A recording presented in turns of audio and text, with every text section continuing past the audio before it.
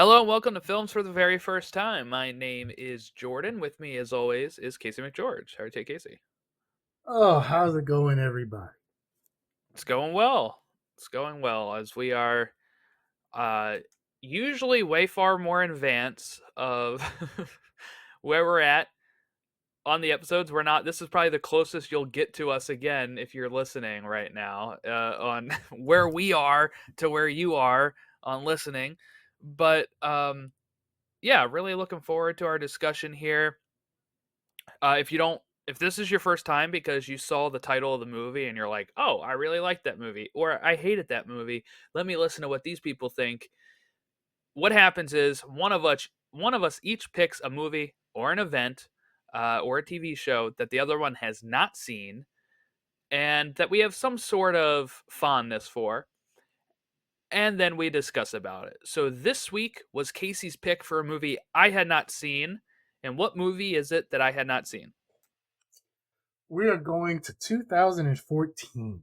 We are going to watch Christopher Nolan's Interstellar. I picked this at the time that I picked this. We recorded one of our things right before the day of, as a matter of fact, the Academy Award. And Oppenheimer obviously was up for a bunch of awards. Christopher Nolan, and he actually won for Best Picture. I think he won Best Director. So you now an Academy Award. Um, and this is one of those. If you look at Christopher Nolan's movie history, uh, he's probably one of the real few directors out there who can do pretty much exactly what he wants. Like the guy is an auteur the in the biggest sense. Like he's gonna make a movie and they're gonna be weird. Um, they're gonna look fantastic. Um, and there's probably gonna be a couple times during the movie where you're gonna be like, "What the hell? Like, what is going on?" But it's him. So what are you gonna do? So, where do you think that started at when we talk about him getting to be able to do anything he wanted? Did it start after like Batman Begins? It might have started before that with Memento because That's what I was wondering. But if I go look at Memento, the box office wasn't huge, 40 million, but it only had a budget of 5 to 9. So obviously it made bank. But so it's like, I guess that is my main question of like, oh, when did he become Christopher Nolan? Like I feel like after I heard of The Dark Knight or The Prestige is when I feel like more people were like, "Oh, this guy knows what he's doing." And then Inception comes around and it was like I felt like his name blew up even more. And then obviously, he's just been like banging out hits since then. it could be the Prestige. The Prestige might have been the one that the Prestige might have been the one that kind of got everybody really into it more than anything else because that's another one that a bunch of people, as you watch it, you're just like, what did I just watch? Like, what is going on here? And why is David Bowie playing Nikola Tesla? But that was a picture perfect cast. I don't know. I haven't seen it. I haven't seen this movie yet. David Bowie play well I without didn't giving realize you any David Bowie was spoilers. in it. David Bowie plays Nikola Tesla, and Interesting. as you might think like, okay, that's weird. I don't know what the hell's going on. But then you watch it and you're just like, yeah, Dave Bowie's weird enough. Yeah, I can see him being Nikola Tesla. Yeah, that works. Hmm. Interesting. Memento was my, I guess, first experience with Nolan, and it is my favorite Nolan film. I really enjoyed that movie when I watched it. Um, that's really before I even knew who Nolan was. I just heard good things about Memento, and I was like, oh, I'll check it out. And I wasn't. This is gonna shock people maybe when it comes to if I like DC comics and stuff. his Batman movies are good, but I've never been blown away by those films.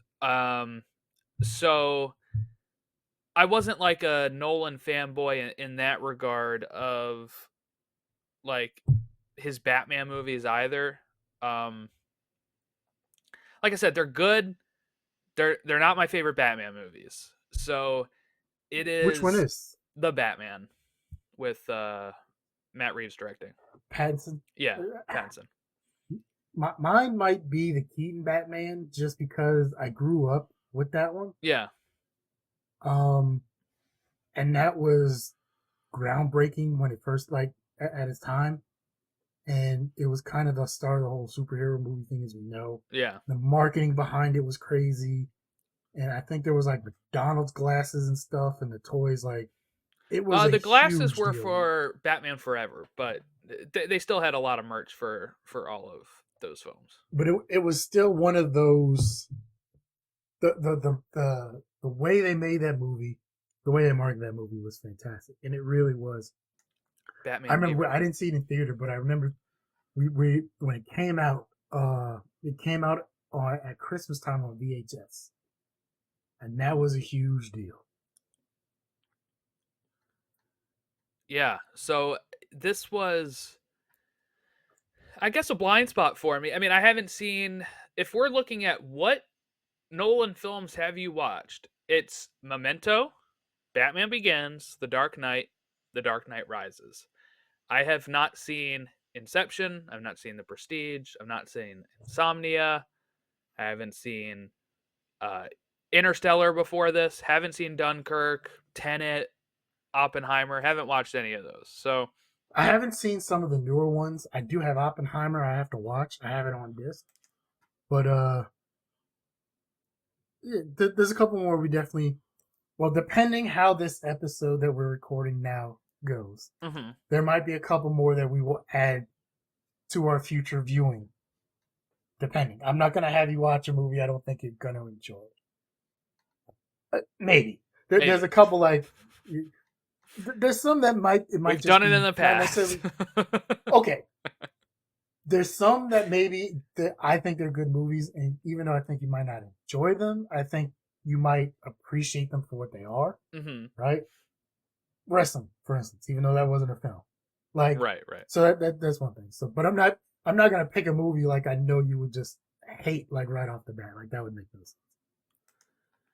But yeah, so we're diving into the Nolan verse. That's what I'll call All it right, here. All of his it it films. it should be because we'll get to something. I'd like to see some continuations of some of his other movies. I didn't realize he's knighted. Yeah, yeah. Wow. When you do stuff like this, you can kind of get away with it. Yeah, I know his brother Jonathan Nolan. He wrote Westworld. See, I know that show. I watched Westworld. All He right, also wrote so this movie. But yeah. Interstellar. Looking up on IMDb, one description I got of it is Earth's future has been riddled by disasters, famines, and droughts. There's only one way to ensure mankind's survival: interstellar travel. A newly discovered wormhole in the far reaches of our solar system allows a team of astronauts to go where no man has gone before, a planet that may have the right environment to sustain human life. So, especially with the way our planet's going now, maybe he was glimpsing into the future. Maybe he had a wormhole himself. Who knows? World premiere date, October 26th of 2014. Release date, November 5th, 2014. Had a budget of $165 million. Its box office totals were $731 million. As we already said, directed by Sir Christopher Nolan. Written by his brother Jonathan Nolan and Christopher Nolan. Stars. All right. Matthew McConaughey. Man, why didn't I use that on the intro? I didn't even think about that. Yeah, how are you doing? All right. Yeah, it was there. It was right under my nose. Anne Hathaway, we'll talk about. Jessica Chastain, Bill Irwin, Michael Caine, Ellen Burstyn, Jonathan Lithgow, and Matt Damon. We'll have some discussions on him a little bit later. So where were you in October of 2014? October of 2014, I was going to watch my Baltimore Orioles in the ALDS against the Detroit Tigers. So Oh that's wow. what I was doing. That's where my whole focus was at the time. Um, Other than that, I was getting ready to graduate college. I graduated in December of 2014, and then I was heading on down to Disney to work my second college program. So in early 2015. So I kind of missed like this uh whole thing, and I had no clue what this movie was about. Okay. I know you mentioned like it gets black hole stuff right, and it was space. All I knew was space. Like I was telling my wife what movie I'm watching, and she's like, "What's it about?" I'm like, "Some space movie." I don't really know. Like I had no clue what. Like I had no clue it took place in a future where the planet is becoming uninhabitable, all that kind of stuff. So I really knew nothing except I didn't even realize Matthew McConaughey was in this movie. I only knew Jessica Chastain was in this film. Okay. In all fairness, outside of the Batman movies, I don't think anybody really knows what's going on in a Christopher Nolan movie until they go to watch it. Like, let's be realistic here. True. And the only reason we know like the Dark Knight trilogy is a Batman movie is because the Dark Knight is used as a synonym for Batman. Like, if he could have named it something else, like, and then we would have went to the theater and found out, oh, this is the Batman movie. That might have been what. So you're not the only one who's like it's Christopher Nolan movie, but I have absolutely no clue what this movie is about. But that's not. Um, 2014, I had just in 2013, I had moved up out here to California, so started my second year at college, getting my photography degree. Um, I was working at Walmart, just living life. I I had wanted to go see this, because I had seen the Prestige, I had seen the Dark Knight trilogy, right? And I was like, okay, this is a weird dude, this is an interesting dude. I kind of like some of his movies, but life just got in the way. Like I didn't get a chance to see it in the theater simply because between going to school full time, Hmm. working full time, like my days off never really lined up unless I requested to get a day off from work at Walmart, or like on the weekend or Sunday or something. So usually I might have like a Tuesday off from school during the week, but then my day off from working might be like Friday or Thursday or something. So like one of those days I was using to catch up with other stuff, right? Like if I was off from work, I was usually at school all day, because I might have put in to say like I had 2 or 3 classes that day. And then if I was off from school, I was, or if I was off from work, I was probably at school all day. And if I was off from school, I was doing laundry or working all day, stuff like that. So, um, let's see. It was also nominated for 5 Academy Awards. It did win for Best Achievement in Visual Effects, which, for me, without giving anything away, this movie is visually stunning. Especially, I watched the HDR version of this on disc. I got the UHD version of it, so I threw it in the Mm. Series X. Um, I kind of wish I would have seen this in an IMAX theater. Like visually, this movie's amazing. That's also something you're gonna get with a Christopher Nolan movie. Is he's very meticulous with a lot of stuff, and you're gonna get a movie that looks good. Whether it's Inception, whether it's I heard a lot of stuff from Dunkirk looked fantastic. Uh, the Dark Knight trilogy stuff, I think that looked great. Um, so you're gonna get something that looks really good. All right. So before we get started talking about the movie, um, all right. So we got to talk about a guy named Dr. Kip Thorne. Kip Stephen Thorne is an American theoretical physicist known for his contribution gravitational physics and astrophysics.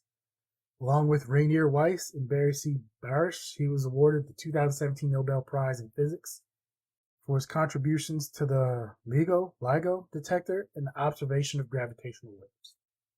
Bring him up because he was involved in the movie. To create the wormhole and the black hole, Dr. Thorne collaborated with visual effects supervisor Paul Franklin and his team at Double Negative. Thorne provided pages of deeply sourced theoretical equations to the team, which then created new CGI software programs based on the equations to create somewhat accurate computer simulations of the phenomenon. Some individual frames took up to 100 hours to render. Ultimately, the whole CGI program reached 800 terabytes of data.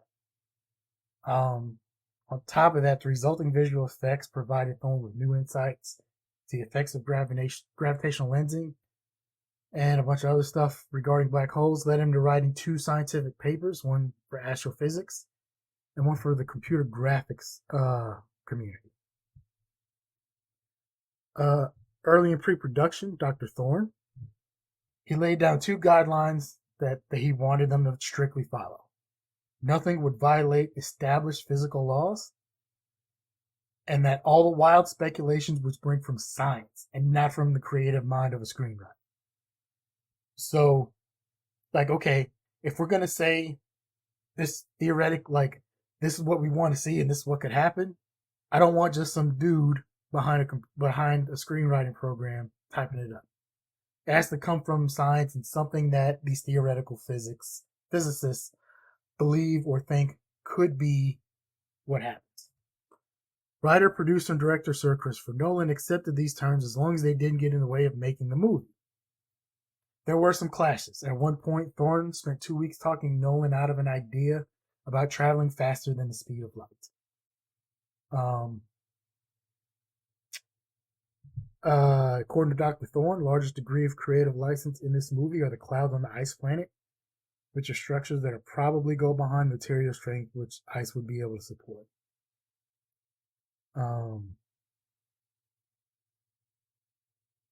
Dr. Thorne won a scientific bet against Stephen Hawking upon the astrophysics theories that underline this movie. As a consequence, Dr. Hawking had to subscribe to Penthouse magazine for a year. And this bet was in the movie The Theory of Everything.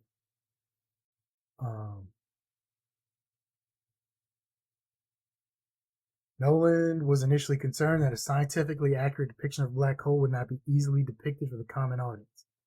However, once he finished, he found the effect to be explainable provided he maintained a consistent camera perspective, saying as long as we didn't change the point of view of the camera too much, we could get something that was understandable.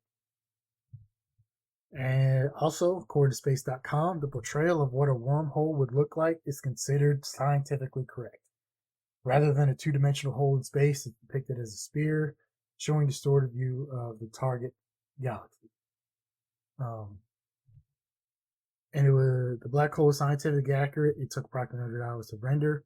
Each frame, meaning every second on screen, took approximately 100 days to render the final copy. That's crazy. It is. So that's a lot. And like I said, when I brought this up before, one of the things I brought up was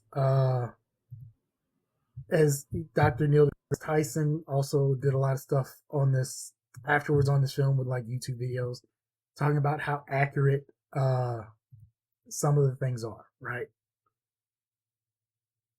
You may not like him. He takes the fun out of a lot of stuff. I get it. But he is a very intelligent individual. He knows what he's talking about, at least more than I can say this myself. Well, what I would say to that is anybody that lets that spoil their enjoyment of it is the one that's wrong. Him pointing out something is impossible in real life is, to me, doesn't really suck the fun out of it. I'm like, yeah, that's just, this isn't real life. It's the people that let that get to them for me that I'm like, just don't pay attention to it then. I think part of it isn't necessarily that he does. I think part of it is some people may just believe that he seems to like want to do it. Or like his goal is to go out sometimes and prove how bad or wrong stuff is. And I mean, look, the man's got an ish, he's got a meme. He's got the whole, He put his hands up like that. He's got a meme made out of it. But I mean, I can look at it with stuff that he says from, like you said, your point of view. Like I will look at some stuff he puts out that says how accurate and inaccurate some stuff is, and I can take it for what it's worth as like, okay, maybe he's just trying to educate people about like, hey, this is great for a movie, but this is the real world behind it. And I can look at that and I can appreciate it. I don't get as mad as some people do, but like I said, some people do get a little perturbed about that. One thing I think I told you before. I don't even know if it was on this podcast. We've done so many different podcasts together. Uh, I had a astronomy class when I went to college out here, right? And that was after this movie came out on disc. So after I was able to pick it up on disc, and I just hadn't gotten around to watching it. So I ended up taking that class, and the guy who was the professor, the teacher in that class, used to work for NASA. And I hadn't taken physics class in high school. I went to a vocational high school. So we had academics for 1 week, and then we had our trade for 1 week. And I tried to be an electrician and realized that wasn't for me.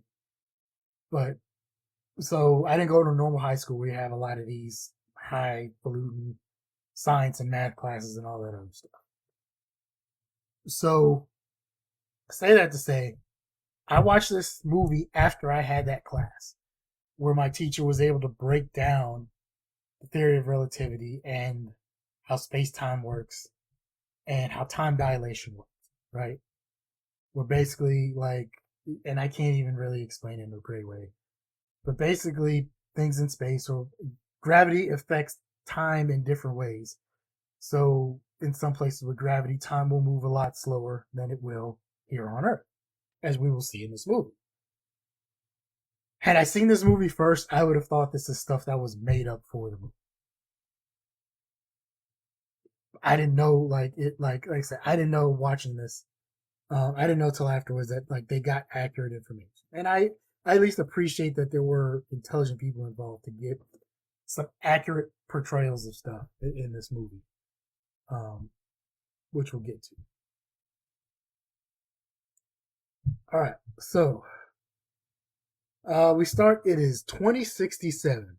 Um, we got Earth. Earth's on fire. Not really on fire, but Earth's not doing too good, right? There's a global famine, and ultimately, all that they have to eat is corn. The only thing we can grow on the planet is corn. So the only thing everybody's eating is corn.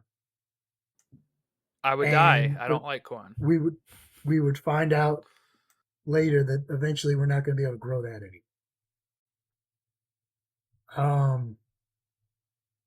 Yeah, so this might be one of the worst things that if that's all there is to eat for you. Like, Yeah, I would be dead. I would have not been one of the ones to survive. well, looking at the way this world that Earth is, I don't know. I don't think I'm surviving either. Between the pestilence, the fact that it's just corn, the what else do we got there? The sandstorms and things. Like Jesus. So we get Joseph Cooper, former NASA astronaut, who's farming corn because everybody's got to do their part, try and keep people fed. We get his daughter, his son and daughter, Tom, and his son and daughter, Murph, his father-in-law, Donald.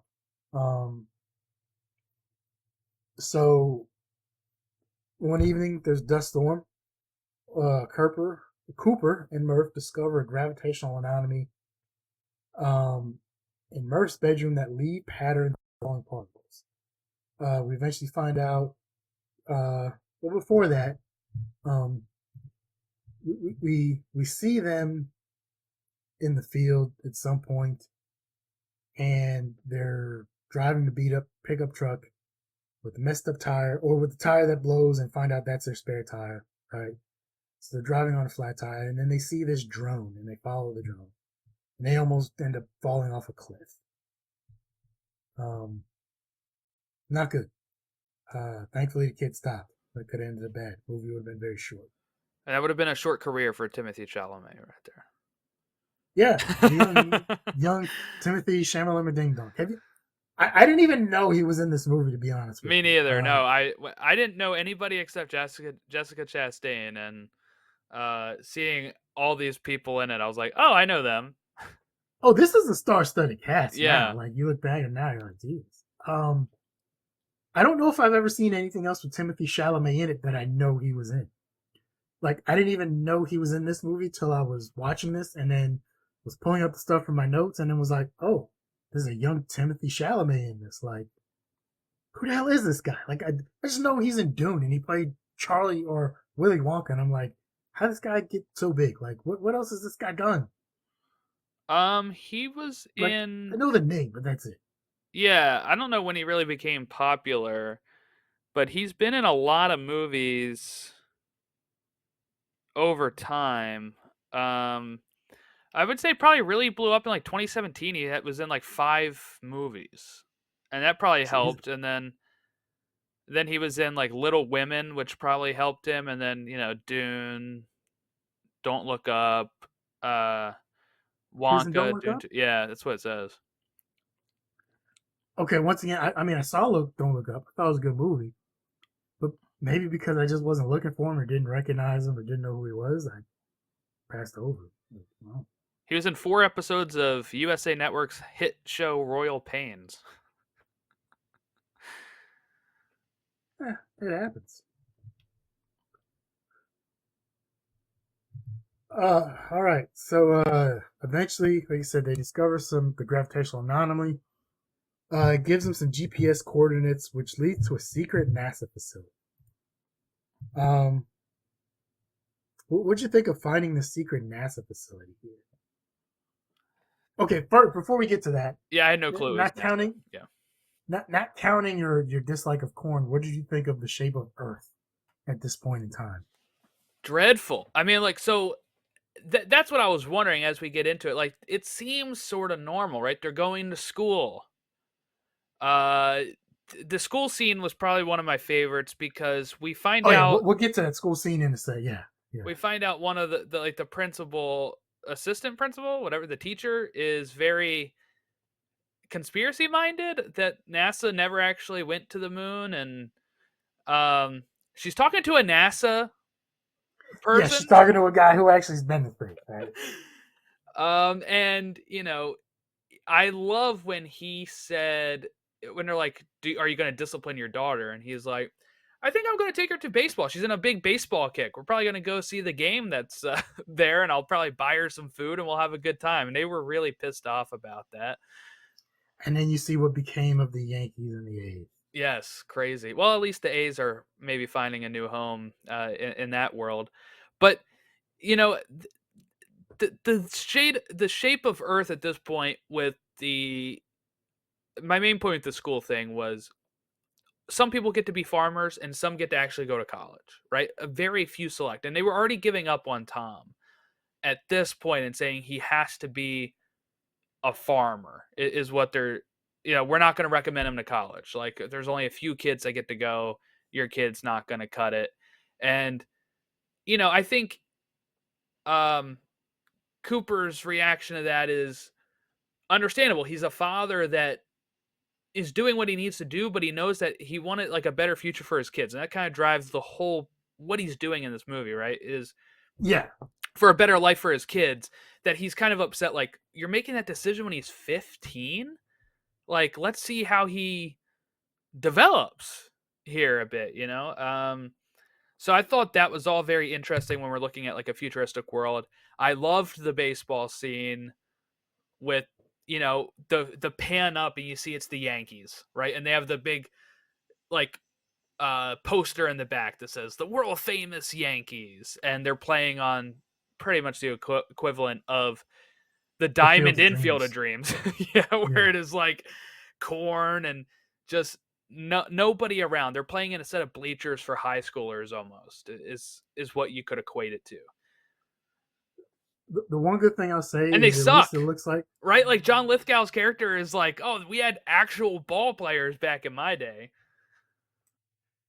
there's that. And the one good thing I'll say about that scene is at least it looks like they got their whole uniform thing figured out by 2067.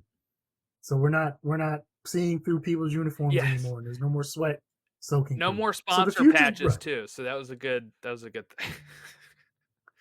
The little letters are gone on the back of the uniforms as well. So I know we're going through some tough uniform times now with the MLB Yeah. uniforms, but by 2067 they'll have them figured out. There was no So Fanatics deal in 2014 when this was made, so it looked good. that whole thing is just. I'm not a huge baseball guy, but I know that uniforms are iconic, and Yeah. to mess that up as bad as they have, Where you can see people's junk. Yeah. It's not good. and I saw something on Party Interruption a couple of days ago where they're sweating through the uniforms, Mm-hmm. and we're in April. They're cheap. Just cheap material, We're cheap everything. we're sweating through the uniforms in April. What happens in Miami or in Kansas City in July and August? Thankfully, Miami's indoors, but I get your point. Like even here in Baltimore, it's going to be really hot this summer, right? Like anywhere that plays outside is going to be brutal. Chicago, Kansas City, um, out here in LA. Yeah, Dodgers, Like, what happens then? And the Angels too. It's going to be bad. It can be just bad as the Anaheim. Los Angeles Angels of Anaheim. So, uh, so they get to what we find out is a top secret NASA facility. Um, so NASA's trying to find a habitable planet outside of the solar system. Um, and it's kind of one of those things where, like, we don't know what's going on behind the scenes. We find out later how and why, right? But we don't know what's going on behind the scenes that have led Cooper to find this NASA thing. It's like divine intervention because he's a former NASA astronaut, and so on and so forth. The world looks bleak, so they got to figure out what they're going to do. Team is preparing to travel through a wormhole near Saturn. They got 3 possible planets that they figure out are inhabitable. Okay. The only problem is there's a super massive black hole called Gargantua.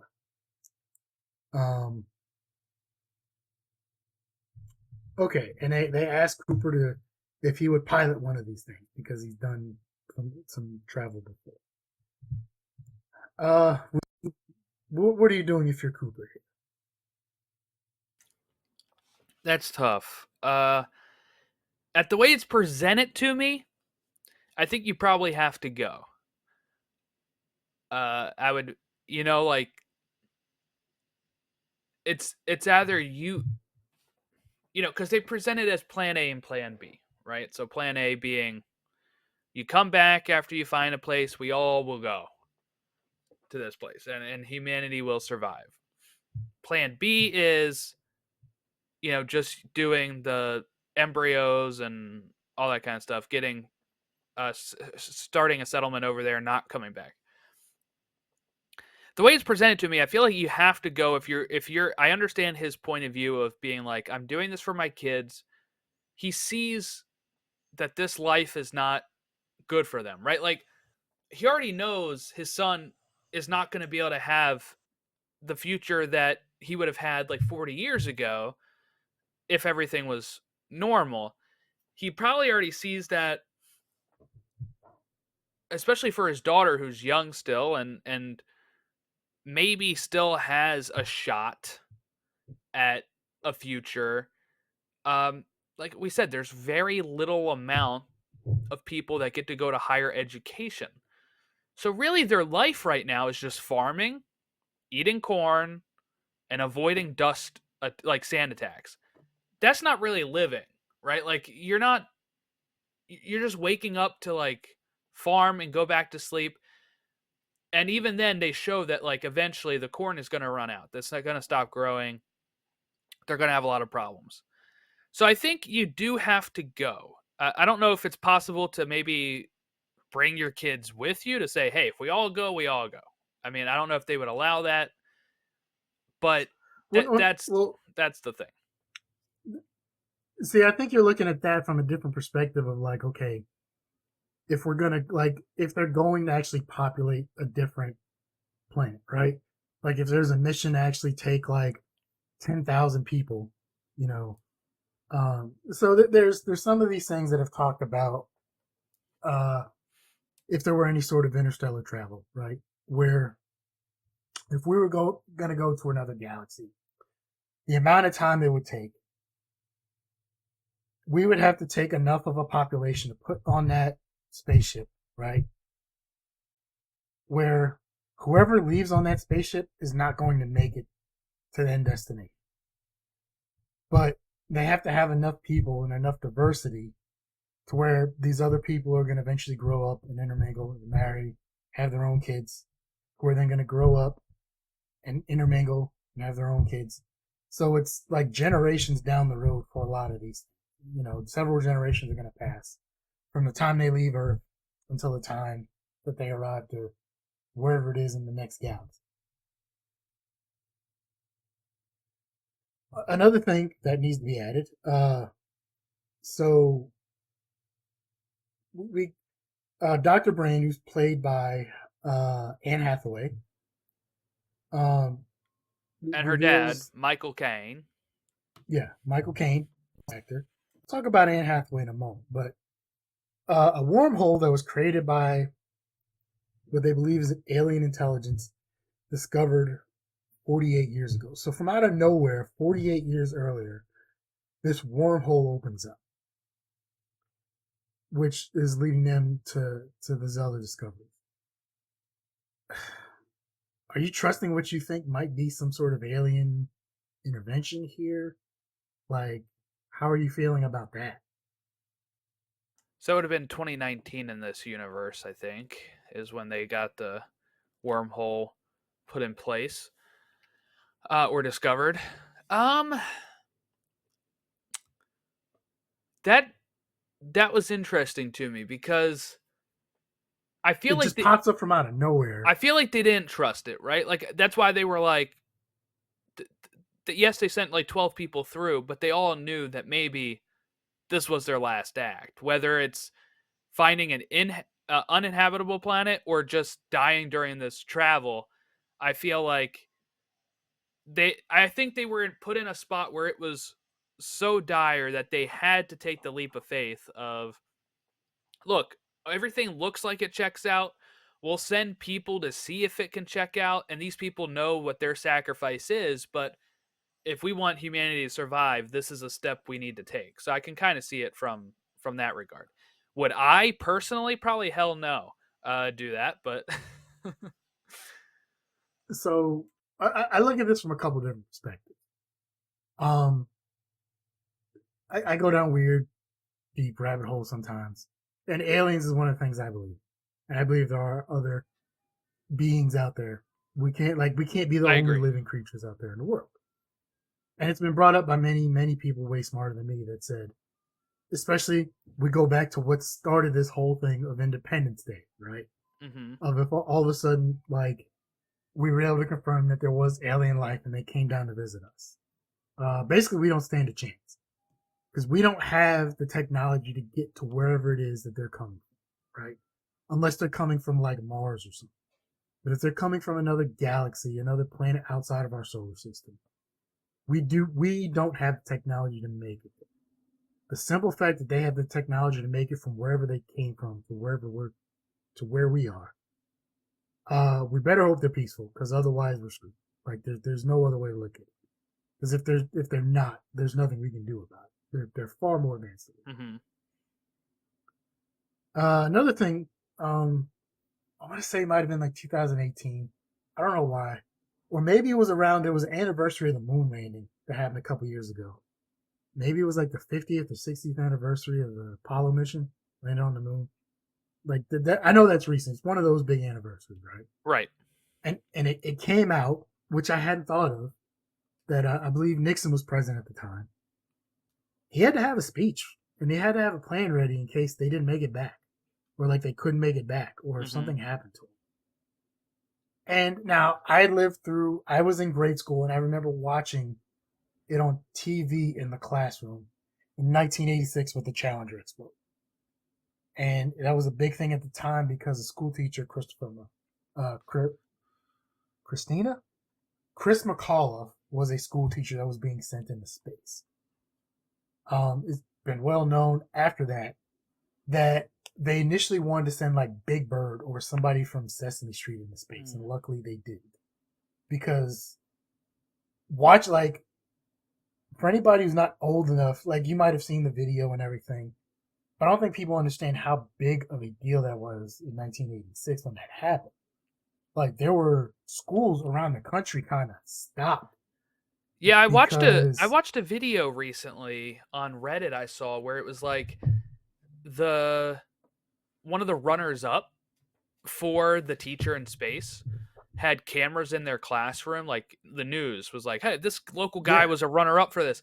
And they were watching and he's like all very excited. And then it's like, it blows up. And uh, probably two things go through your mind at that time. One, that could have been me. But also, a yeah, lot of those teachers in those finalists knew each other from like, they had interactions. They were talking with, you know what I'm saying? So, like, yeah. it's probably like, okay, like glad it wasn't me, but also like now I feel sorry that Holy that shit! person's gone. Like I knew them, like you know. Not only that, but you've got schools around the country with kids they've got to explain this to. Like that is like that's a very traumatic thing for a lot of kids to deal with, right? And like I said, like I think at one point they it was might have been Big Bird. They were trying to send somebody from Sesame Street up there, and I can't imagine what would have happened if that happened because that would have been traumatic beyond all words. Yeah, Um, and we've had a couple other disasters since, right? Things going up and exploding, or things upon a reentry, things not going right. And it's unfortunate, but I don't know where I was going with that. Oh, so yeah, going back to the Apollo mission, I hadn't thought of it until I saw that they had to have a speech ready for President Nixon at the time, and they put the speech out there about how they knew what they were getting into, and then they made a great sacrifice and all that. And I'm like, I can't imagine the stress that was going on, like between the families of people who were watching all this that whole time, between them leaving, going up there, them landing. The fact that only two of the three went to the surface of the moon because whatever they were in, the lander that they were in, whatever it flew from, kind of had to orbit the moon still. So they lost contact, and he was pretty much out there by himself. Which we'll talk about being out there by yourself in space like that in a moment. Um, and then having to get back up, and then coming back. Like I can't the stress of all that, and I can't imagine what it'd be like to think, okay, I'm going to the moon. There's a possibility once I get there, I might not be able to make it back. Like that is that's frightening on a level I can't even really just fathom. Um, let's talk about Anne Hathaway for a second. Have you seen she did a Vanity Fair interview recently? Have you seen anything on that? yes, I saw her recently say something about what was it? Was she crediting Nolan for giving her more work because of aging? Like we've talked about it before, where like people either thought she wasn't a leading actress, or sometimes they will think you're too old at a certain point and not cast you. Yeah, so she wins an Academy Award in 2012 for Les Mis, right? And then after that, things like she started getting a lot of hate online, which I don't know why. I Like I never don't think understood anybody. it. People do it all the time. Look, I like Anne Hathaway, had a crush on her in the Princess Diary time frame, you know, back in the Yeah, that's when she really early broke to the out. mid And I mid two feel like thousands or whatever. yeah, and I feel like people for some reason I feel like celebrities go in this cycle where people be like, "Oh, we really love them," and then all of a sudden they're like, "We hate this person actually." And you're like, "I don't understand why we're switching up on this person, but I Like still like she them." didn't do anything scandalous. She Right, right. didn't.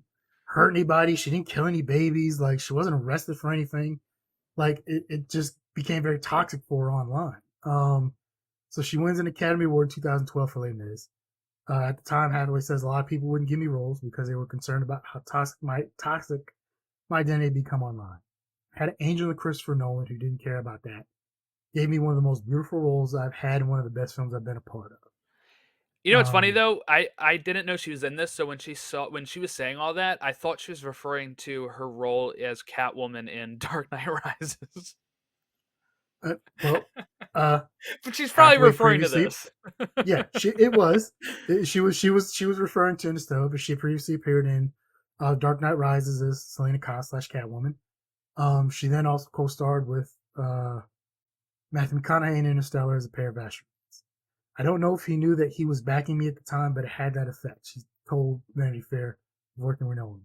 My career did not lose momentum the way it could have if he had backed me. Like I said, I don't know why she just started receiving like a shit ton of hate from out of nowhere. Like she was America's sweetheart one day, and then like the next day, people were like, "Oh, I hate Anne Hathaway," and I'm like, It was very "Why?" weird. Like, and like I said, it like I'm not saying it's right, but I can understand if, let's say, you got arrested for like a DUI and like hurt somebody or killed somebody, I right? can even understand it sometimes if they're everywhere. Like if you get tired of like, oh, they're in every movie. She's not even like she wasn't even that. Like they didn't even cast her and everything. So I don't really understand it. Or maybe not, but if she says something that just like, if she goes out there and says something that's just completely horrible and off the cuff, I might be able to get behind that. But it, like I said, it just seemed like from out of nowhere, it's just like, yeah, look, she's in the Princess Diaries. She's a beautiful young woman. She's a great actress. She wins an Academy Award. We hate her. Wait. How do we get here? Like, I don't know. But yeah, that was just weird. Uh, so yeah, 12 astronauts are sent out to 12 different worlds. Um, so this is also based on something where if we're going to send astronauts out to other places like that, there might have to be some sort of hibernation um, involved. As well, I have something on that. Um, Hypersleep chambers place the astronauts' bodies in a cold liquid. Um, and as seen when they wake up, they're covered in blankets, thermal blankets. Um, it's likely a practical reference to studies that have shown there's a state of hibernation can be achieved in the human body by causing hypothermia. That technique has been used to treat brain damage and has been proposed as a viable means of keeping people with severe injuries alive after accidents after they're transported to medical facilities where they can be treated by specialists. So once again, maybe taking some liberties, but it's also believed that yeah, in order for us to do that, there would have to be some sort of like cryo sleep for us to get to a lot of these places, so that by the time you get there, you're not 97 years old. Would you be willing to go in like a cryo sleep for like 10, 15, 20 years or whatever it is, a couple of years to make it I someplace? guess if it keeps me young, and if we're just traveling, I guess so. I would get bored otherwise, but I think I would be worried that something wrong was going to happen while I'm in cryosleep. Well, here's the great thing. Here's the good thing about that. You would absolutely never know I know unless that's like, sad though. okay, so hypothetical situation. You're not in cryo sleep. You're in there, you're up, you're awake, you're piloting the spacecraft. All kind of shit goes wrong and you're going towards the black hole and you're gonna die. And you're basically counting down your last few moments until you die. Which do you prefer? Probably counting down. I don't want to know. If I'm gonna go, like, let me go in my sleep where I don't even know, man. Like It's tough. I don't want to I don't want to be in a situation where like I know there's absolutely like one of those oh shit movie moments where it's just Yeah, like, yeah. oh man, like that would be horrible. I'd rather be in like the cryo chamber in the cryo sleep where like I go in there waiting, expecting that like I'm gonna make it to another planet or someplace, and then things just end. I don't wake up. It's over. As compared to like I'm crashing into this asteroid and there's nothing I can do about it. All right. Um, so they send 12 astronauts out to 12 different worlds, so they can send back stuff to assess these planets if they're inhabitable. Um, so they've got 3 planets. They're going to choose to go to, and then if one of them is habitable, humanity's going to follow a spaceship. Um, so there's Plan A, which is that. Plan B is a population bomb. Uh, Human embryos that will carry 5,000. 10 of them will be incubated. They grow up. They'll be artificially inseminated, and then they can create colonies of hundreds of people, hundreds of humans in a few decades. And then eventually it gets back to what I was saying, where eventually they'll have enough people somewhere, right? Um, Yeah. Pretty bleak Plan B, which we find out later was not necessarily Plan B. Yep. Um, but I think it's a reasonable thing with what the viewer, knows at the time of, hey, this is what we have to do.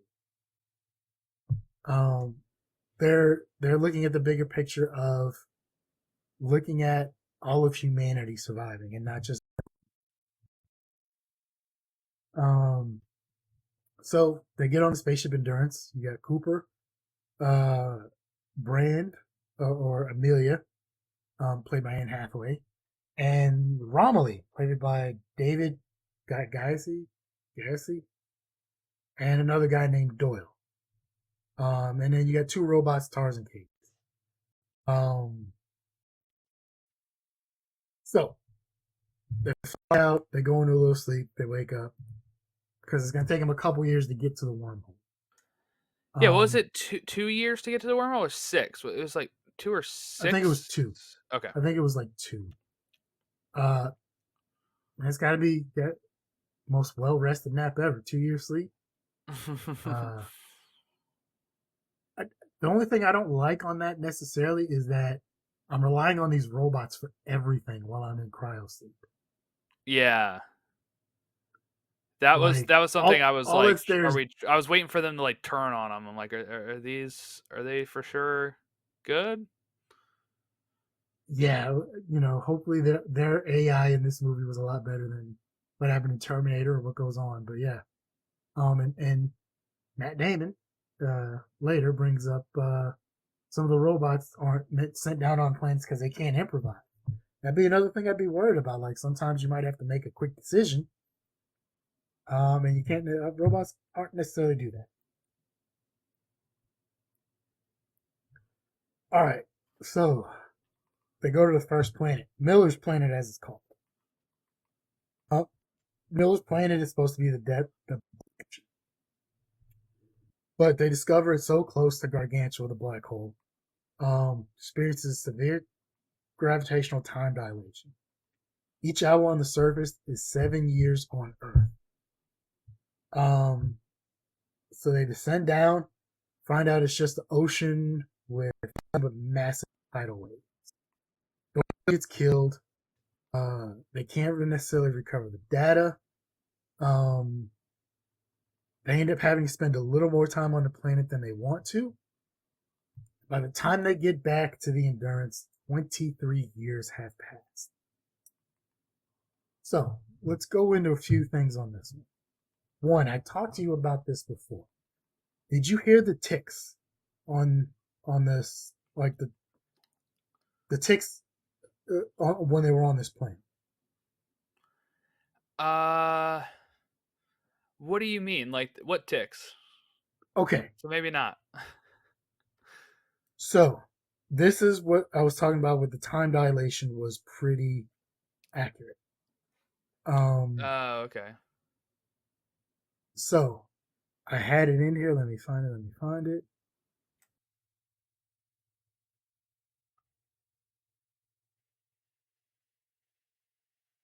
Man, wait, no, I know I put it in. Uh, so I think for every second in the scene, if you ever go back and watch it again, if you listen to it, there's like if you had a grandfather clock or a ticking time watch, there's a tick, It happens every quarter, every second and a quarter. Every second and a quarter that tick is happening, that's an hour passing. Um, and that's that hour pass. Oh, okay. After the crew lands on a planet, just when they're about to get off, the score softens and you can hear it ticks approximately every 1.25 seconds. Because of the time dilation, it represents every tick represents actually, or I'm sorry, not an hour. It's a day on Earth. So that's where you get the whole time. By the time they get back up, it's 23 years, 4 months, Right. and 8 days have passed. And that's another thing that was brought up that is actually fairly accurate is with the amount of ticks and the time. And obviously, there's a little few more liberties because we don't get to see the whole thing. So, what would you have done if you are old Amelie there? Uh, Romilly, rather. And you're on that spaceship orbiting this planet for 23, almost 24 years by yourself. Yeah, um that was crazy. Like I was wondering, I thought he would look a little older, but it does sound like he did take a few naps, right? Uh Possibly. Because I think they mentioned in that he was like, I tried to nap a few times, but then like I was worried you guys weren't like coming back. Um, I don't know because he wanted to study the black hole while they were going down, right? Isn't that what his goal Yeah. was? He used the time there to study the gravity and how everything was working with the black hole. Yeah, because originally it was what every hour would have been 7 years. Is that what they said? That they were gone? It was like 7 years. So Something like that. it was like, okay, if they're that's why their plan was get down there, quickly get Miller, bring her back, and we only lose maybe like 17 to 14 years. But because of the issue with the waves and everything, it ended up being 23 years. Um, I don't know what I would do because he's kind of like I guess he could leave if he wanted to, right? He could just go to the other planets. Have you ever seen The Martian? Yes, yes, I have seen The Martian. Okay. Yeah, Once again, Jessica Chastain. and Matt Once again Damon. with Matt Damon. We're getting to Matt Damon. We'll talk about him in a bit. Okay. So you remember Jessica Chastain's character had to make a decision at the beginning of The Martian, right? Which ended up causing Matt Damon to be the Martian and having to stay on Mars. And that's how we had to science the shit out of everything in order. Horrible decision that she had to make. She had to think of the survival of everyone else and the survival of one person. Tough decision, but when you're in charge, sometimes you have to make shitty decisions. Um, you're that dude up there. At some point, do you decide, I don't know if they're coming back because what, year 10, year 15, year 18, year 20? You're up there by yourself for 20 years. Yeah, that's Like,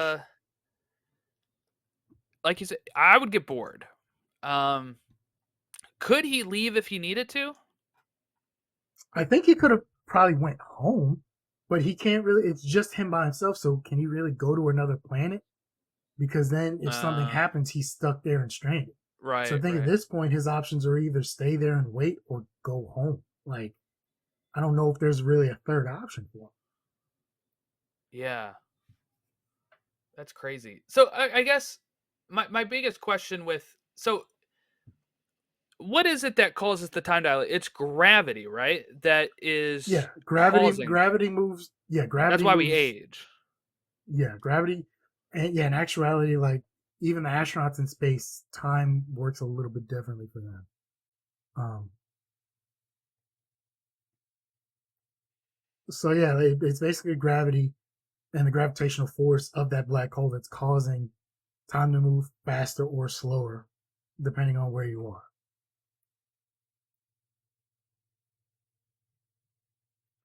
Yeah, that could you imagine just they're down there for maybe They're down there for like 3 hours. yeah. They're And down on a planet for like 3 hours, 3.5 hours, something like that. imagine that. Now imagine that that's how real life worked in the sense of you get on a plane, Casey, and you take a 3-hour flight and you come down and it's 20 years later. Okay, not only that. That'd be insane. So let's then when they get back, they have all these messages from the last 23 years from their family. Some His good binge son has watching. grown You up. have to catch up on your favorite TV show with your His son grew up. His son had a family. His son now has kids, and then his son finally decided, I can't do this anymore. You're never coming. Yeah. Like, he finally sees his daughter once, and she's a grown woman. Nailed the Um, casting, by the way. Mackenzie Foy and Jessica Chastain look very much alike for me. With like, I don't know if it's their chin or something, but they look alike to me. would I have seen Mackenzie Foy in anything else? She was in some episodes of TV show. That's why I was just looking because the name sounds familiar and she looked familiar. Apparently she's in a few episodes of like TV, like like Flash Forward from 2010 Till Death, the Brad Garrett show. Um, and then she's been in like other movies, but I know where I've seen her from now. She was on the poster for the Nutcracker film that came out in 2018, but I never saw it. But Hmm. she's like on the poster, and that must be where I know her from. Apparently, she was in Twilight, Breaking Dawn, but I didn't watch those. So But like that, like I can sympathize with Matthew McConaughey with Cooper here because that's just that entire thing is heartbreaking. Like, this is where one of the memes come from too. I've seen him like crying watching the videos. I didn't know what it was yeah, from, but I saw him like sitting in his chair crying. I've seen that before. yeah, that's. I mean, and like you're about to have a kid, right? So let's say you get Yeah, sent on some mission and you lose 23 years of your kid's life. Like, that's you just, miss a lot. but it's only been a couple hours for you. That's the thing. Like, you've missed 23 years of their life, but no time has passed for you. Yeah, that's what is so crazy about that. Just overall of when you're thinking about stuff like that is uh I can't wrap my brain around it. Like I can in the sense of like I understand it, but I couldn't imagine actually living through it. Okay, so uh, we find out Murphy's now working at NASA. She's working with Dr. Brand, Michael Caine's Dr. Brand, the older Dr. Brand, on trying to figure this out. Surprisingly still Now, alive. 20 years, well, no, maybe he was like in his 60s, so 60s, 70s, Was so he? he's getting up there. I don't know. I mean, how old is Michael? How old was Michael Michael Caine? Caine's 91. Okay. So at the time, like maybe they're presenting him as like a 67-year-old. At the time they were filming, yeah, he's like 81. But yeah, they did give him more hair and stuff, so I'm assuming they were trying to make him look a little younger. In all fairness, if I'm making a movie, I want as much Michael Caine in it as I possibly can. All right, let's be realistic. He's a great dude. All right. Murph is an adult. She's working at NASA with Dr. Brand. But Dr. Brand, on his deathbed, has to have a deathbed confession. He admits he solved the gravitational problem and the project is impossible. He needed more info from the black hole singularity to solve the equation. That secret, hope alive, and basically Plan B was A all along. There was no way back to Earth. There was also no way for the people of Earth to leave Earth. Basically, Plan B was always Plan A. The human race was going to survive as those embryos going someplace else. And then he dies. Can you imagine being Murphy hearing that? Yeah, especially because she's just trying to get clarification on if her dad knew this, right? Like, before he dies. Did my dad knowingly leave and abandon me so he could live and fulfill his mission? and we're doomed to die. And she never gets that answer on this moment, and it kind of, uh good thing she didn't get that answer then, I guess, because she does relay it to Anne Hathaway's character on Right. the message that then lets them know that the real plan was always plan B. So before they get to that though, they get back on Endurance because Endurance was orbiting for 23 years. All right, they have a choice. They only have enough fuel to go to one planet before returning to Earth. Um, two other planets. One was Man's planet, which is Matt Damon's character. The other one is Edmund. Um, and we come to find out that Edmund and uh, Anne Hathaway's character are in a relationship, right? Now, we also have Edmund's planet. Um, the data is showing organic life, but Man's planet has shown data that's more recent, but no organic life. Um, her thought was the planet showing organic life had more, had a better chance to go to that planet, but Cooper is hesitant because he thinks the only reason she's doing this is because she wants to see the person she's in a relationship with, the person she loves. But in order to make this decision, three of them, like that information should be relayed to everybody to make the best decision. Now, block out of your mind what we know happens in a couple of minutes. You're the third person. Which one do you choose? I'm voting with McConaughey here because I was nodding my head in agreement while I'm watching this. Like, makes sense. Like if Man is the best one and he is the one giving the thumbs up, and it's closer, and you can get to it, it you know and that she wants to go see somebody, so she is biased, then you're trying to think with your unbiased mind, and it made sense to me, and I'm like, yes, I'm totally on board with Cooper's thought line here. I agree. If you look at, yes, the data might have said there's organic life on this other planet, but I think that information had also stopped a few years before. So they Right. haven't been receiving any information for a while. But you're still receiving information from Man's planet. I, I think you have to go with that info. You have to go with the one you're still receiving information.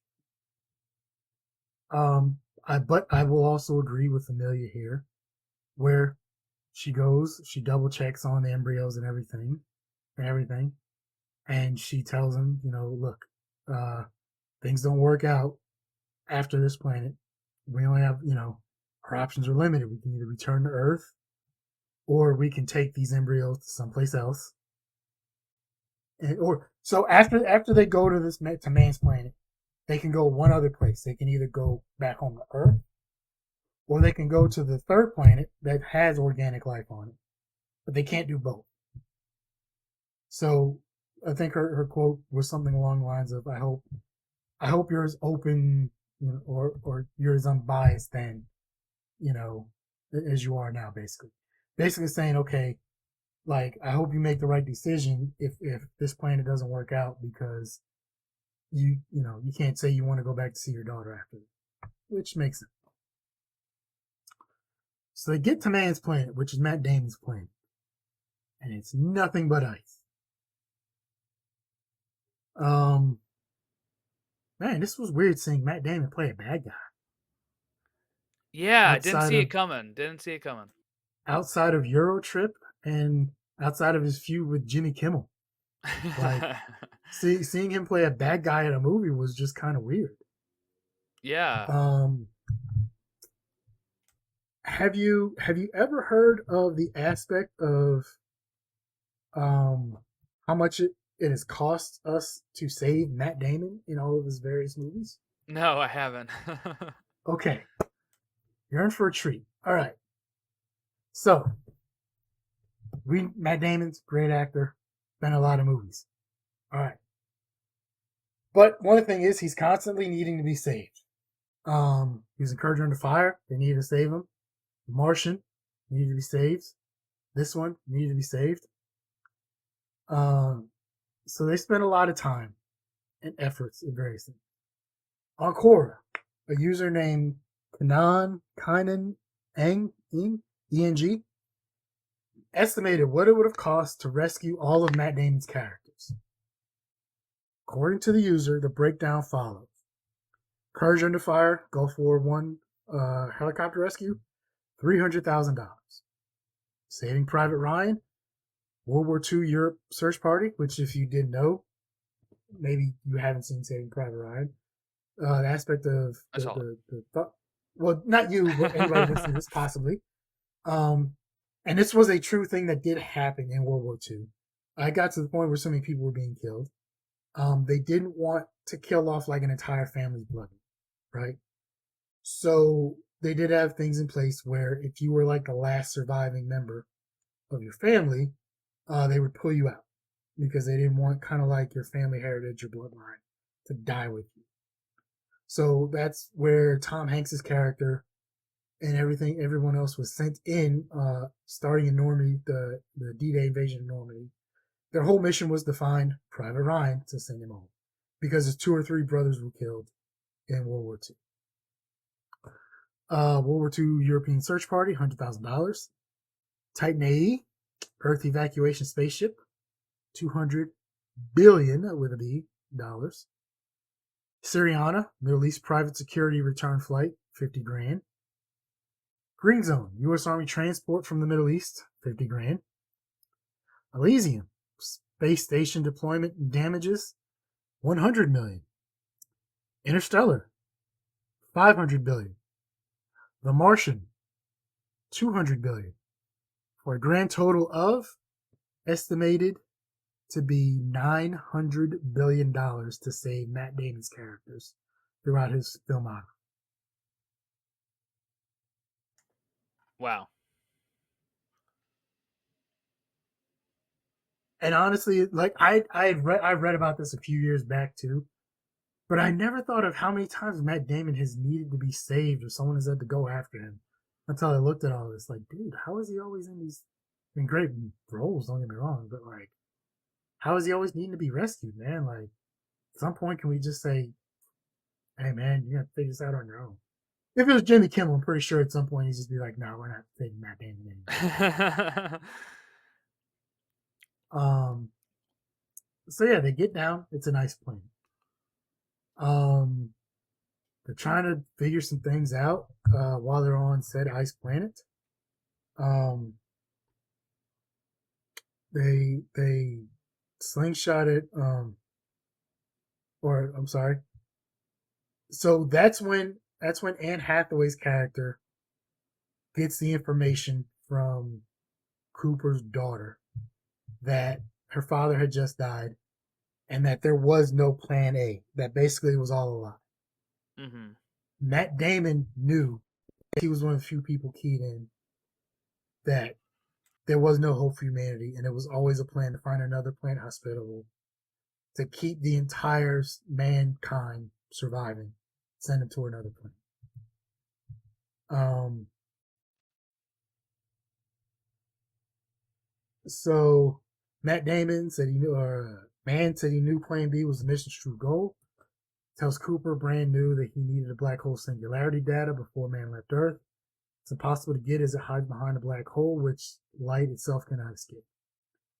Romilly suggests that the robot can enter the black hole just fast enough and might survive long enough to transmit some data back. But we later find out that man had fake data about viability just so he could be rescued. He gets into a fight with Cooper, breaks his space visor, leaves him to die, and then gets on a shuttle to try and get clearance before Cooper and Amelia do. Cooper barely hanging on, manages to get his little communicator module back in his helmet, communicates to Amelia. She comes to pick him up. Unfortunately, while this is going on, Romilly is killed in an explosion. I don't know if it was explained or if it needed to be, if that was on purpose or that was just an accidental explosion. Um, that was one thing that kind of confused me in this movie. I think it was planned for anybody that'd be messing around with his robot uh, would blow up. I thought so they couldn't get the real readings. Is kind of how I took Maybe that's probably the most likely thing, but like I said, it just to me that one didn't seem explained enough. because he was But very dodgy about why his robot was shut down. yeah, yeah, he was very evasive on that Yeah, one. He definitely didn't want to answer any questions, which we probably should have saw coming. But it's Matt Damon. Who's gonna think Matt Damon's a bad guy, right? Amelia rescues Cooper, trying to get back to the Endeavor, which one of the robots had it set up so only certain things can dock with the Endeavor. Not any spaceship can just dock with it. Which means man's capsule or whatever ship he is on is not going to be able to dock with the Endeavor. And they're trying to warn him, but he doesn't want to listen because he's also trying to get back because once again, his whole plan is he's going to take that stuff someplace. He's going to take those embryos someplace else and try and survive, trying to get the entire humanity to survive. And then he docks and crashes and ends up killing himself, and then he's sucked down into the void of space in the process. It's a lot to unpack here. So obviously, other than the douchey thing of him trying to kill Cooper and not, leave him there to die. What are your thoughts on him trying to get those embryos to another planet? hmm, When he knew all along that that was the true goal, was to right. find a planet habitable for humans. And knowing that this other planet is supposed to be habitable. Like there's no going back to Earth. What are your thoughts on that? I think it's BS because he could have just not given a thumbs up that his planet was good, and they would have went somewhere else and probably actually been able to take the embryos, and the mission would have been completed without him. So Okay, it's his fault that they even come there for him to then be like, no, I gotta complete the mission. okay, that's understandable. But you're right. That is his fault for giving false information so he can get rescued. Little did he know he's gonna be stuck on Mars a couple years later. Yeah. Kind of, that's what he gets. If you're him though, can you understand why he's still determined to get those embryos to another planet? I I, I don't Because as know. far as he knows, they're gonna go back to Earth after this. Yeah, I guess, Like but it's I think you could have a reasonable conversation with them instead of just being a total dick about it. So again, like it all falls in that he talks about he can say this all he wants that this is about send it, getting it over there. It's not. It really isn't. He can say that's what he's doing and wanting to complete the mission, but I really don't read it that way at all because like I said, the mission was if you get there and your planet sucks, you're done. That is you're supposed to die there. Like there's nothing else for you to really do at that point. The He could have had a normal conversation with them. They could have been like, "Hey, we're actually going to try this cool slingshot thing." He made it even worse by trying to dock when he couldn't dock.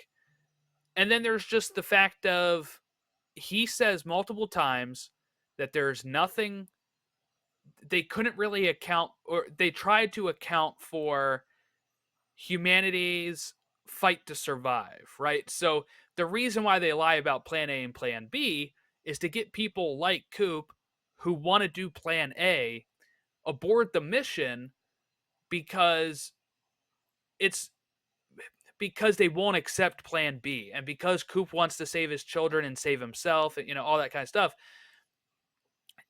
This guy's the perfect example of that because the whole reason he lies is to get rescued himself, which then puts the whole mission in jeopardy.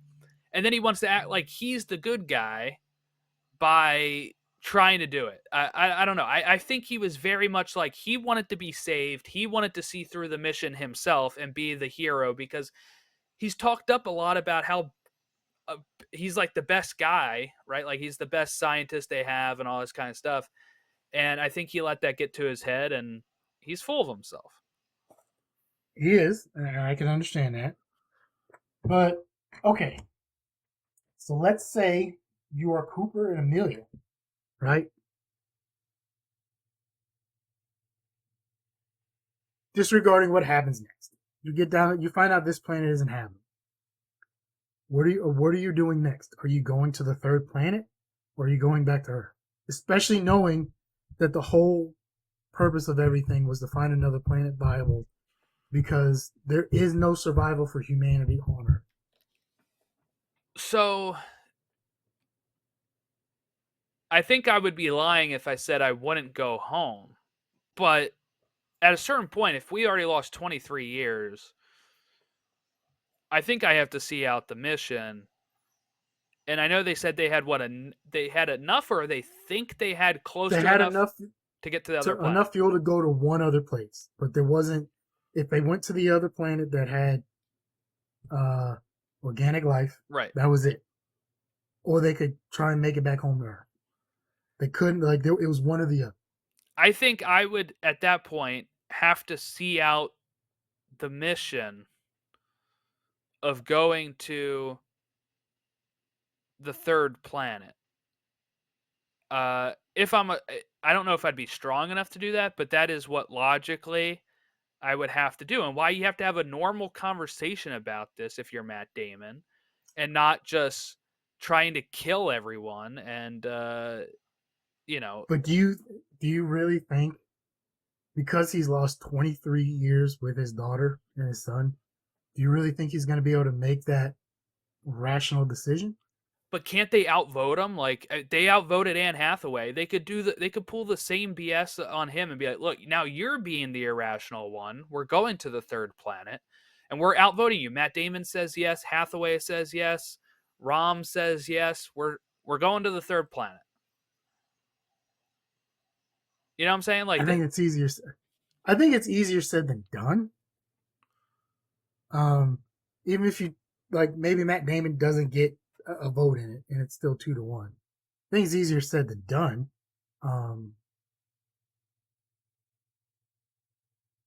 But just the aspect of, I think it would be hard for a lot of people to rationally, especially after they just saw their daughter for the first time, and now she's an adult, right? Um, where she gave him that heartbreaking message of, she thought, she sent the one message before saying, you left us here to die, blah, blah, blah. And then you get the last message where she basically is the one to tell you, hey, this was all a lie. She thinks you left, uh, you know, just to save yourself. I think a lot of people might not be able to make that rational decision. I'm not saying everybody would. Yeah, I think a lot of people might not be able to make that rational decision. but what could he do? Then they could all kill him if they wanted to, instead of like, you know what I'm saying? Like there was a way out here for Matt Damon to be the hero and still get what he wanted Well, without he was a totally douche for going off doing what he the did. yeah, Yeah, before he totally went off the reservation here. he was a douche 100%. The way he did it went about it wrong, but I think at some point, ultimately, what he was trying to do was the right thing.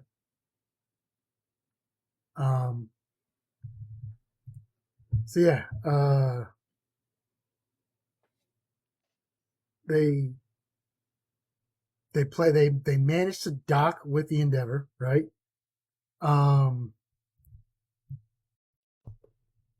so they managed to dock with the Endeavor through some great stuff and everything, and they figure out now they're stuck in Gargantua's gravitational pull, right?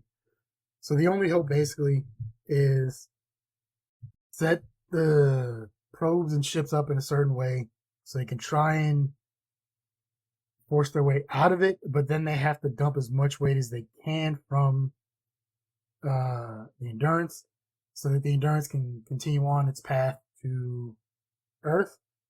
And I think it's TARS is the robot that's left, is going to basically undock. He's going to be on one of the ones that's undocked. He's going to go. But what we don't know is that Cooper has decided he is as well. But the only Amelia is the only one that's going to make it. Um, uh, so they end up propelling her ship by dropping a mass.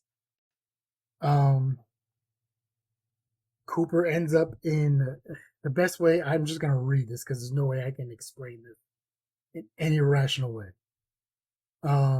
They emerge in an extra-dimensional tesseract where time appears as a spatial dimension. Portals show glimpses of Murphy's childhood bedroom at various times. Cooper realizes that alien beings are future humans who have constructed this space so he can communicate with Murphy, save humanity.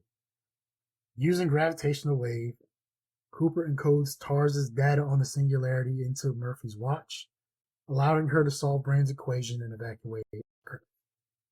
After that happens, Cooper is ejected from the singularity and he's awoken.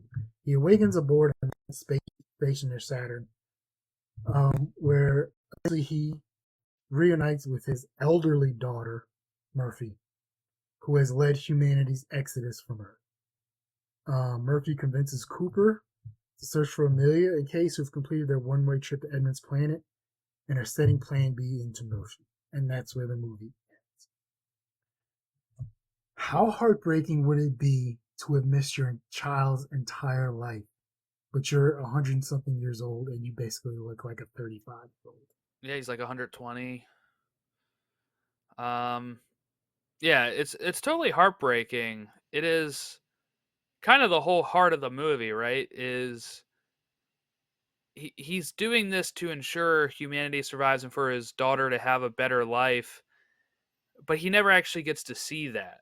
You know, he has to pretty much give up that so that way she can have a better life. And she does end up, right? She's surrounded by family when she ends up passing away. She had a pretty full life once they kind of got through the sand stuff, at a certain point. The beginning of her life kind of sucked. The mid, until she was finally able And to solve it. But she'll forever be known as a person who saved humanity from Earth. yeah, yeah. I mean, I love too when he's like, "Oh, you named the station after me," and they're like, "No." Not quite. Not quite, buddy. Yeah. So I mean, it's heartbreaking, but I think he had that moment when he's with her where he's able to finally say, "Look, I came back and I'm here now.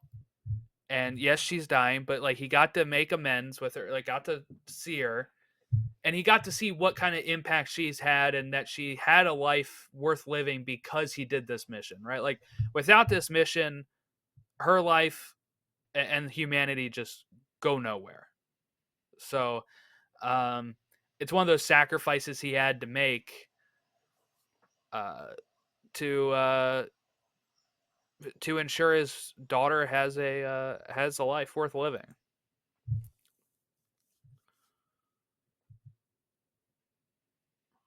Okay. Are you going to get on another space probe and try and find Amelia? Yeah, I think I would. What else am I gonna do? Like, no, I have nothing tying me down in this new station at all. Like, my kids are dead.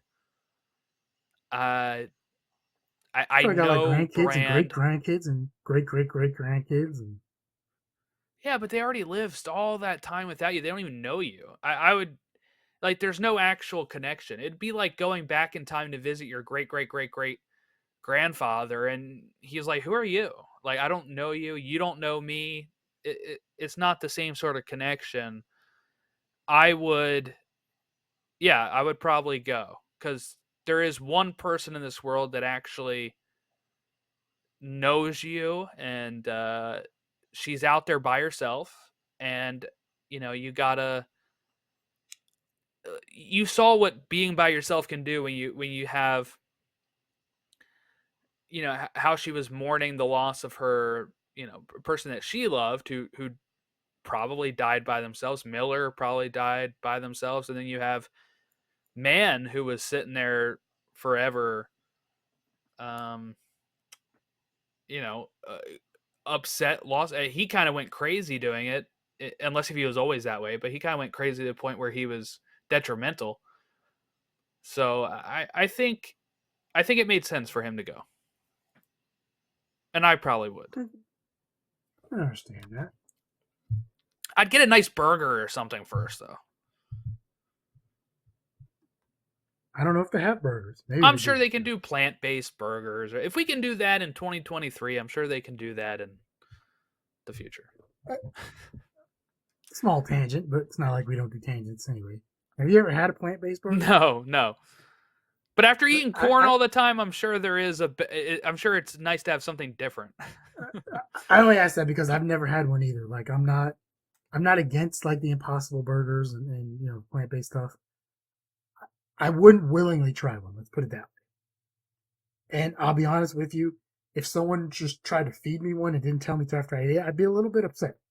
Like, just be Well, that's honest a with me. dick Tell me move what. anytime. Like, I've seen people do that to vegetarians. I've seen vegetarians do that to other people that like meat. It's like, just respect people's choices when it comes Yeah, to eating.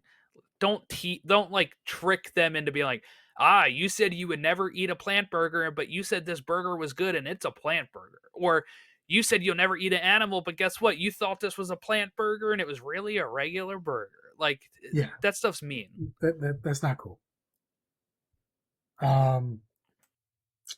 So as I was watching this today, uh, I thought, man, I would kind of like to see a continuation of this because I would either like to see what humanity on that spaceship looks like in their quest to go wherever they're going, and B, I would like to see what happens with Cooper and Amelia. Do they link up? Do they get together? Is that planet inhabitable? What happened with the embryos? Like, I think there could be stuff there, but I don't know if we'll ever get a sequel. I mean, it's Christopher Nolan. He's done a few sequels. Obviously, he's done the Batman movies, right? But Yeah, I was actually but waiting for. I see. I had no clue how this movie ended. I knew when it was ending because I had like another podcast I was doing Friday. I watched this Friday, and this movie is so long that it was. yeah, it's like 2 hours 45 minutes. Yeah, Like that. it It's was. By the time I started watching it, because I had to pause a couple of times, like make dinner, like I was getting snacks, stuff like that. bathroom snacks. Yeah, Yeah, it was coming up to like I started it at like 6:45. I had to record at 10, and I started it.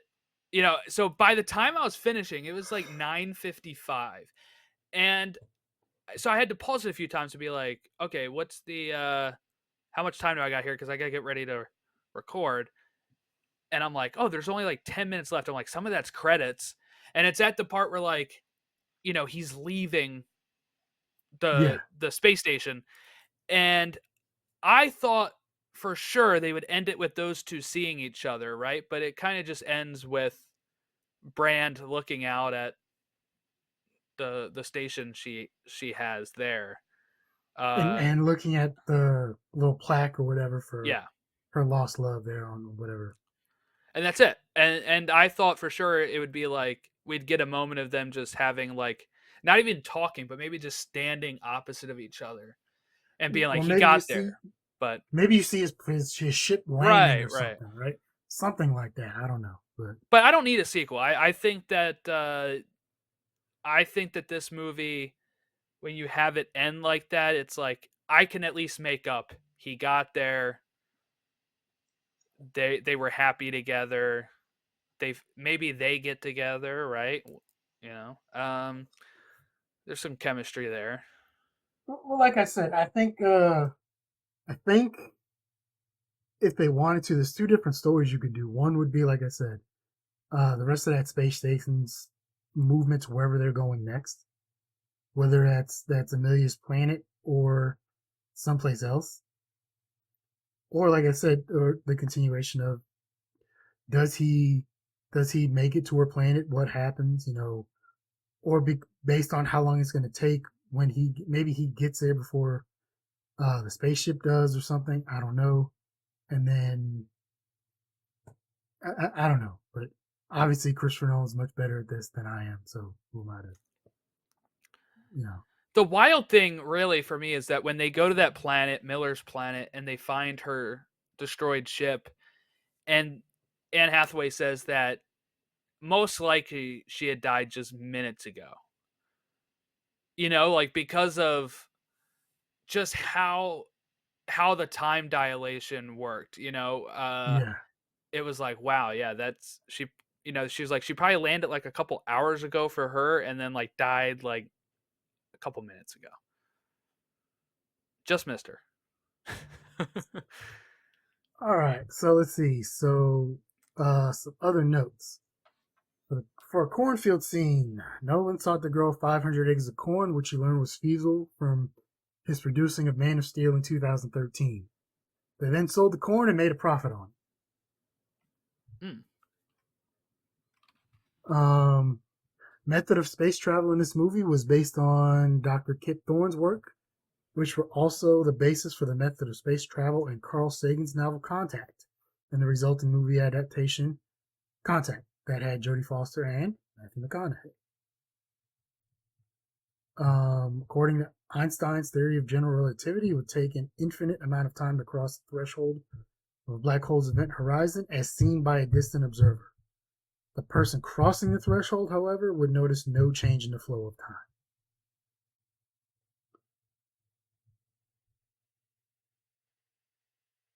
The books played on the bookshelves in the movie were actual books Nolan had read and used for his research about black holes and singularity.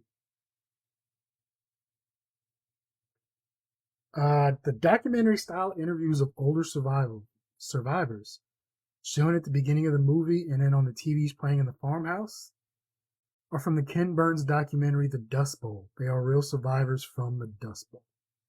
I was wondering how they nailed like the '90s look of it, and it's just a Ken Burns documentary, so it makes sense.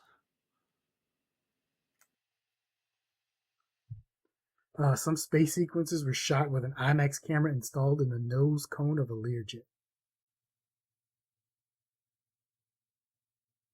In On April 10th, 2019, the first photo of a black hole was made public, and it looked very similar to the black hole shown in this movie.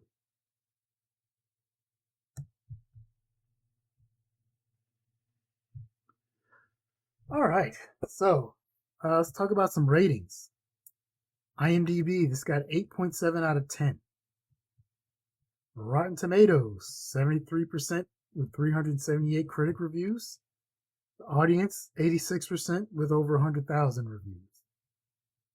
46 critic reviews on Metacritic, and it got a 74. Over 5,700 audience reviews on Metacritic, and it has an 8.7. So for me, this is one of those. It's a very scientifically heavy movie. Like this isn't a movie for everybody.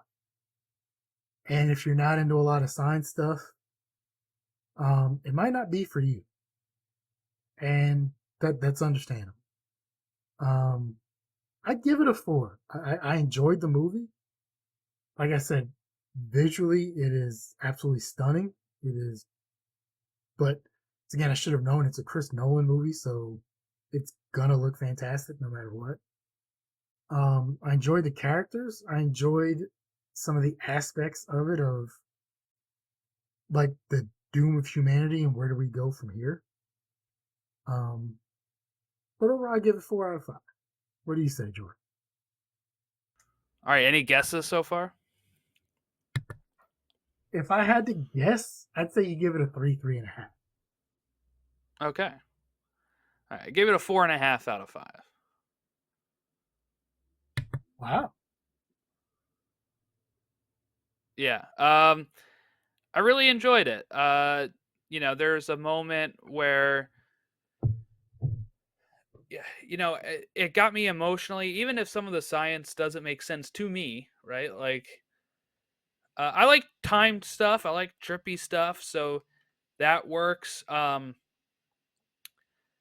I I knew it was gonna be him in the The singularity, ghost like the that he was ghost. going to be the Yeah, I ghost. knew some him, or I thought maybe Murph at some point would go into space and become like, somehow would get there, and some motion like that would get set because it's a Nolan film, right? I know he likes the trippy stuff like that. So I thought in my mind I kind of saw that coming. Um, but just the fact that he was able to have that moment with his daughter at the end really got me, and she gives the line back to him about, he says at the beginning, something about like, because I'm your father, right? And then uh I'm telling you so or whatever. And then she says it again at the end of like, I knew you would come back. And he's like, how? And she's like, well, because my dad told me so, and it was like just such a good moment in that. And then my only downside to this movie is not getting enough resolution to Tom, actually. Like, even when they take his family away, and she's like, oh, I finally know how dad's communicating. She just kind of hugs him, and we never see Tom again. And it just felt like even those two didn't really reconcile enough for me to really get that side of it. But you know it is what it Can you really see old Eric from that '70s show hitting him with a tire iron? is. Yeah, that was funny. um but it was just like, like, I felt bad for Tom at times because he kind of got left behind and stuck with being what he had to be, and he didn't really know anything else, so he was hesitant to do anything else. But I just thought maybe we'd get a little bit of mentions of like when she's solving it and she's excited because her dad was talking to her through it and stuff. I was hoping maybe we'd see him just even the background of something. You can kind of show he did something, or he's whatever. But we just kind of never get any resolution on Tom and his family, and that's probably my only real downside to it. Oh, there's another meme that comes from this too. This was a TikTok sound, when he sees himself leaving and he's like, "No, no!" on the other side of the singularity thing. Um, that was a thing. I'm gonna be honest, man. This definitely. I got choked up a couple times during this. Yeah, Um, seeing him see his kids grow up like that. When he's there with his his now elderly daughter, right? Um, and she's literally about to die. Like and she gives him the line, that you hear a lot. No parent should have to bury their kid or see their child die. And I get that, but like, so that's another thing for me is like, and I can kind of maybe see your point now a little more about wanting to go see Amelia because you're like, what do you do in this like you said, you don't have any ties. What do you do on this space station? What, like, everything's gonna remind you of your daughter. Stuff's named after her, and she's humanity's savior. Like, what purpose are you gonna serve there? yeah. It's there's nothing else for you to do in that regard. And he is somebody that had trained his whole life to be in space until everything kind of got thrown out. So it's like, yeah, uh, my daughter's family's in good hands. Let's go. So yeah, I enjoyed it. All right, what do we have next? And do we have any information for everybody? Yeah, so this will be the next episode's going to be our finale of season 1. So I I was wondering how we would do this at some point, but we kind of got caught up to where we are at a certain point, and it's like, okay, it might be best to kind of put the pause on it a bit, regroup, get some episodes recorded. I'm about to become a father. I'm not going to have as much time, so we will be having our next episode is finale of season 1. We will uh start back up with season 2 probably in the fall, and kind of go on a full TV show schedule, network TV schedule for a bit, and kind of kind of catch our breath a bit. And we don't want to go through too many films too. It becomes sometimes like, all right, we got to make sure we spread some of these guys out. I am picking the movie called Weird, which was released on Roku channel, which is a free streaming app. You don't have to have a Roku TV. It's kind of like Apple TV. You don't have to have an actual Apple TV. It is that's where it's streaming, probably with ads, but it's also recently been released digitally and on disc. So if people prefer that, they could probably rent it on like Vudu. You can buy it there. You can buy it on iTunes, all that good stuff.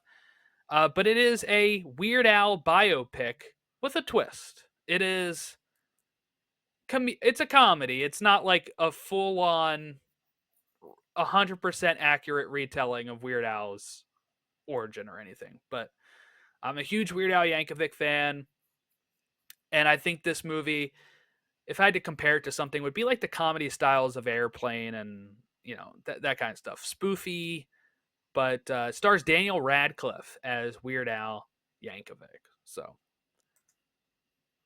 looking forward to it. Okay, what is your favorite Weird Al uh, Like his look. song or video? Oh, okay. Song or video? What's your favorite Weird Al song or video? Um, that's a good one because it's changed so much since I was a kid. I would probably go with the one I listen to the most now is probably "Eat It," and as a kid, it was probably more like some of his newer stuff at the time. But I really appreciate "Eat It" as like the perfect Weird Al parody. It features heavily in this movie too, so it's got a soft spot there for me. But it's a lot of fun. Originally, I was thinking, should I do UHF, which was his first film from the '80s, but I might save that for another time if needed. I think Weird is a little bit more easily approachable and topical because all the recent biopics coming out. I think it makes sense to kind of talk about it. So I haven't seen much of his new stuff. Um, most of my Weird Al experiences are mostly from the '80s and early '90s.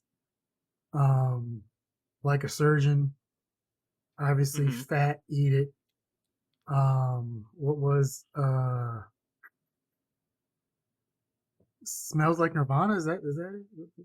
What's the one for you that Yes. smells like Teen Spirit? Yep. It smells like Nirvana. Yep. Um, but I think my favorite has to be Amish Paradise. I don't know why. Oh, that's good too. Um, I know he's done a bunch of different stuff. I never really checked out much of the newer stuff. So I know he did one called White Nerdy. Yes, that one's great. Um, It has Key and Peele in it. I don't know what else he's really done. So I might end up having to go on just a weird rabbit hole of like Weird Al videos now, just because I don't know.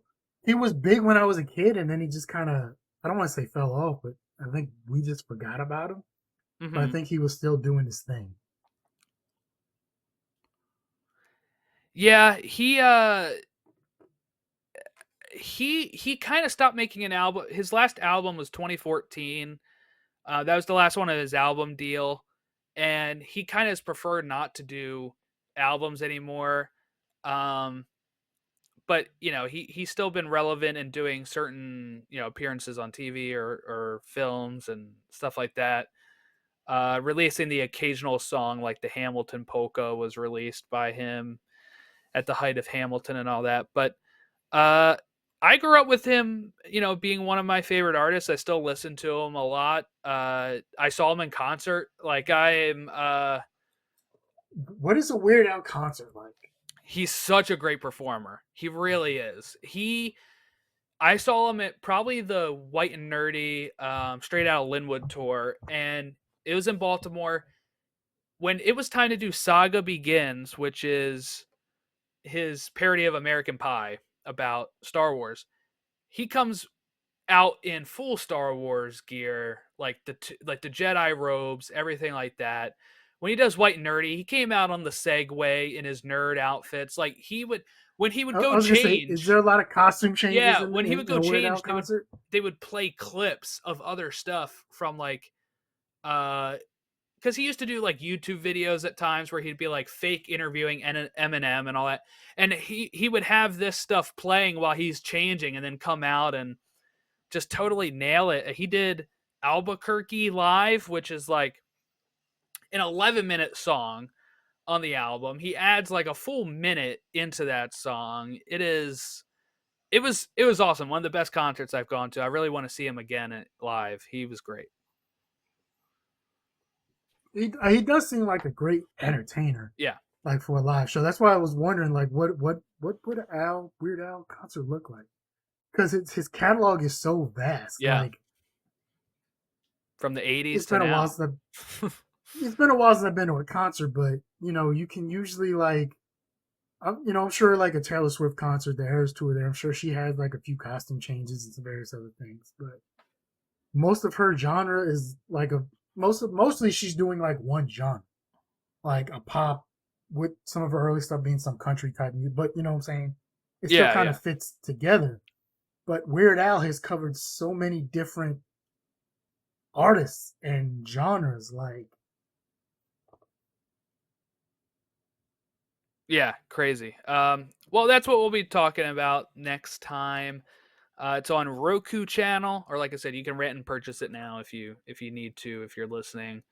Um, but I watched it when it came out. I think it was November of 2022 that it launched on Roku channel. I watched it. It was great, and then I just waited for the Blu-ray. I was stupid. I purchased the Australian 4K because that came out first before it came out over here, and there was no news of an American release. So I purchased the Australian 4K, which works in our players, but now they released one that actually has like 4K Blu-ray digital, and I was like, damn, I should have got that one. So that's weird because usually the Australian versions come like way after. yeah, I'm guessing because they didn't get it on Roku, so their only time seeing it, I think, was through the DVD. I don't know.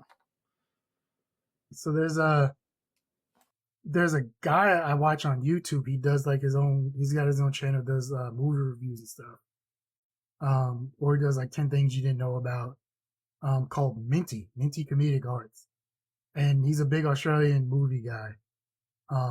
He's he's got this massive collection. He set his house up like this massive like old school blockbuster, uh, you know, video store and everything.